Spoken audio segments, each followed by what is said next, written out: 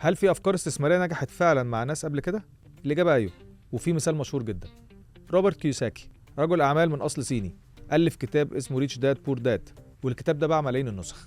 الراجل فكر بفكرة بسيطة جدا، استخدم البنوك عشان يبني إمبراطورية عقارات. النهاردة عنده أكتر من 15,000 عقار ومن غير ما يدفع عليهم ضرائب. إزاي عملها؟ كان بيشتري عقارات قديمة ويجددها، وبعد كده يرهنها للبنوك وياخد فلوس قصادها. بالفلوس دي يشتري عقارات تانية ويكرر نفس الدورة، والديون اللي بياخدها ما عليهاش ضرائب. والنتيجة ديونه وصلت لمليار و200 مليون، وعدد عقاراته 15,000 عقار، وبقى واحد من أنجح رجال الأعمال في العالم. طب إيه علاقة ده بيك؟ بصراحة أنت كمان تقدر تعمل زي كيوساكي، بس على المستوى اللي يناسبك.